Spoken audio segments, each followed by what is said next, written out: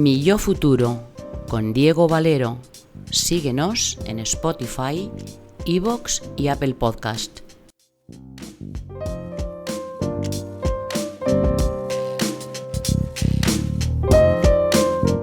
It's very easy to introduce Shlomo Benartzi. He's likely to be the person who knows the most about behavioral economics in pensions and long-term savings. In fact, his name has become part of history. I first learned about Shlomo's work in what we all call what Thaler and Benartzi devised. His Save More Tomorrow pension model was an innovation in pensions comparable to the wheel in human evolution. Everything changed from then on. And Shlomo is the person who helps more than 26 million American people to save more for the future. I met him personally many years ago in Barcelona during a visit to Spain. When I saw him, I couldn't help but think, yes, it's him. I had seen him so many times in videos and read so many of his works that I felt like asking for an autograph. Instead, he took me for a drink at a fantastic place in Barcelona that I had never been to before. Let's not forget, I was born and grew up in Barcelona. I think it is a taste of the aura that Shlomo has. Thank you. Well, first of all, we can talk about Save More Tomorrow. Save More Tomorrow has been a milestone in the evolution of retirement savings. In addition to millions of Americans saving through this system, it has served as the basis for the successful Nest model in the UK, and many new pension systems around the world draw from your sources. Could you explain to our audience what this program consists of? The problem is virtually to make it easy for people who struggle to save, most people. And it offers them an opportunity to do so in the future, because it's a lot easier to think of doing the right things, like exercising, dieting, saving in the future. The other components of the program is that once people actually decide to do so, we put it on an autopilot. So they don't have to do anything. We make the right choice, the easy choice. Of course, you might want to also ask, when should the future increases in savings take place? And preferably when people get a pay raise, because if you have more money, it's easier to save some of it. So that's the program in a nutshell. Okay. And but Save More Tomorrow has continued to evolve, and it has many fans worldwide who are trying to adapt it to their specific cases, whether being companies or governments even. What are the new insights you are implementing in the program? We've been fortunate to affect 26 million people in the US and many more in other countries around the world. But to date, the flavor of the program has been one shoe fits all. So let's say everyone starts saving at 6%, automatically enrolled, and every year they go up by 2% until they reach, say, 10% or 15%. But people are different, and we now have the technology to provide personalized solutions. So a single parent with 3 kids and 5 maxed out credit cards who is unable to make the minimum payments on the credit card should probably not be automatically enrolled at 6%. And vice versa, someone who is single, having a great job, having no debt, maybe could be automatically enrolled at 10%. So Save More Tomorrow 2.0 would recognize that savings are not done in a vacuum. We have to look at the holistic financial picture, including debt. And 2, the solutions have to be personalized. Okay, but as yourself have said, saving is not enough. We also need to know how to get the pot, what we call the accumulation. What are the key behavioral economics principles that we should apply to the accumulation? I think the number one issue with accumulation is that people not only accumulate assets, they accumulate differences too. In the US, we have hundreds of thousands of UPS drivers delivering Amazon boxes and other packages. Every year, UPS hires tens of thousands of new drivers. When they're all young at the beginning of the job, all healthy, all making the same amount of money, the one-shoe-fits-all is not far from a good solution to start at least accumulating. Mm-hmm. There'll be some cases that are unusual and we want to think about, like those who have a lot of debt.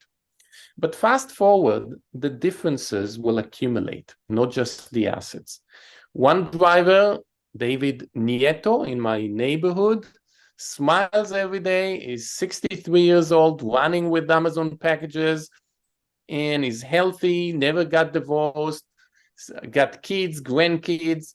Another driver might have injured his back, his knees, carrying all the boxes over the years, maybe is overweight, maybe he had a heart attack, maybe he got divorced, maybe he doesn't have kids, maybe he didn't save as much. We accumulate differences. And to solve the decumulation, the financial industry has to understand that it's not about the perfect product. It does not exist. It's about the perfect planning process, personalizing the retirement income journey. That's clear.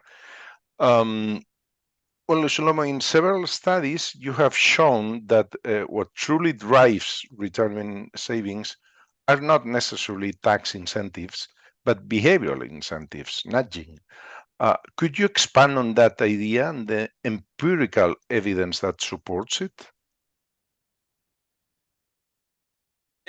I've been fortunate enough to do a paper with Richard Thaler and Katie Milkman and others, where we looked at 4 domains that are often critical to governments around the world: retirement savings, health, the environment, and education. And we tried in each domain to see how effective are monetary incentives like tax credits and things like that versus nudging. For example, a little text reminder to do something you forgot. And we found out across all 4 domains that the effectiveness of nudging, in particular digital nudging, is often 10 times, 100 times. In one case, it was 1,000 times, 1,000 times more effective, which begs the question, why both governments and businesses don't invest a lot more into nudging, and in particular, digital nudging? That's clear. Well, we can move to financial well-being. You have often explained that retirement savings are crucial, but so is responsible debt management and adequate protection of our lives and assets, including reasonable use of insurance. How can we, in behavioral economics, work to improve financial well-being by giving holistic financial advice? So I've recently done a study where I measured financial wellness. Of course, we can't really talk about financial wellness before we actually even start measuring it. And we can't talk about improving it if we don't have something to measure. So I measured it with a great focus on financial anxiety, which I think is a very big component of financial well-being, a negative component of financial well-being.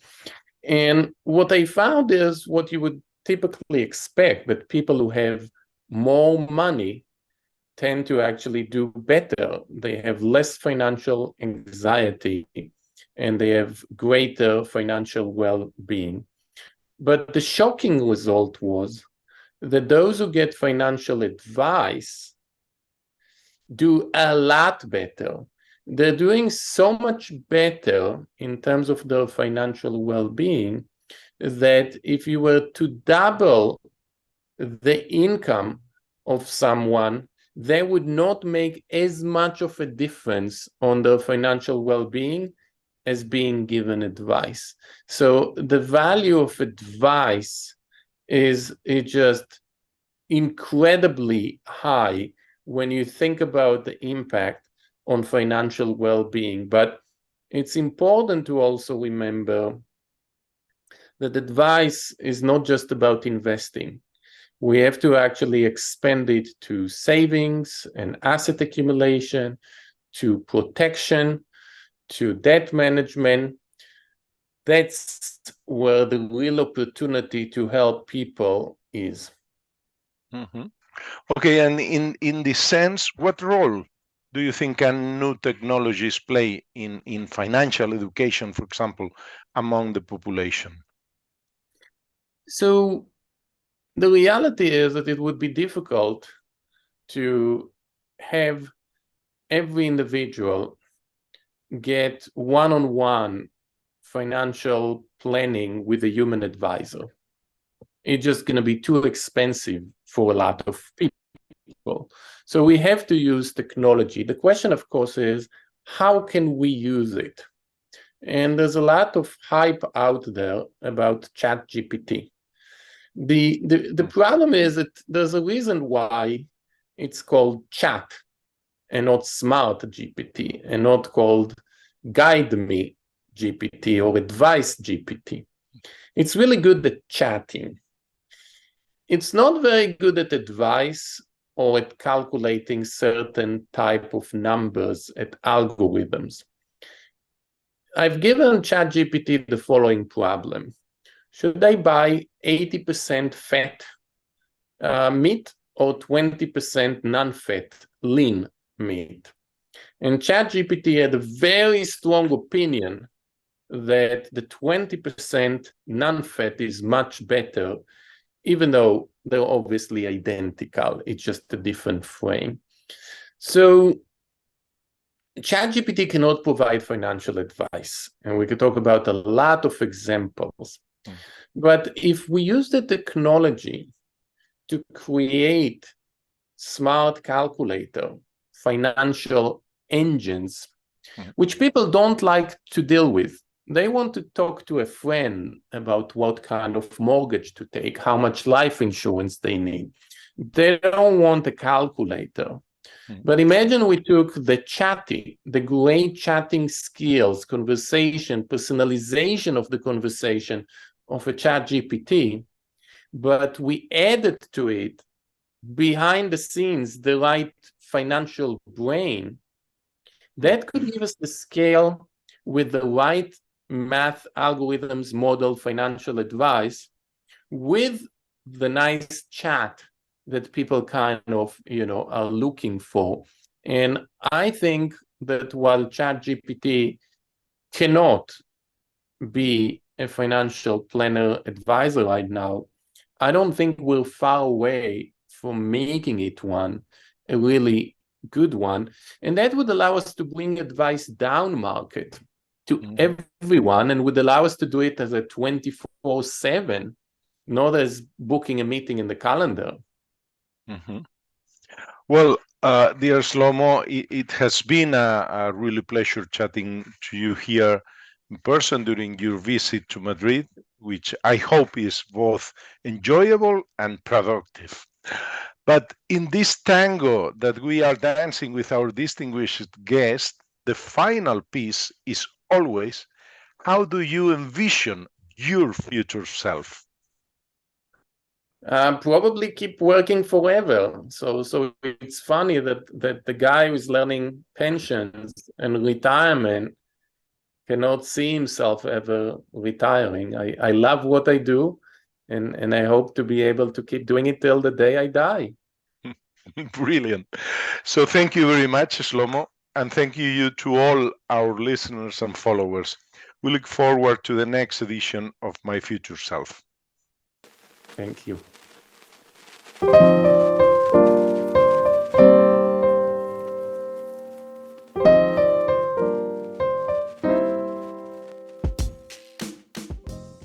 Mi Yo Futuro, con Diego Valero. Síguenos en Spotify, iVoox y Apple Podcast.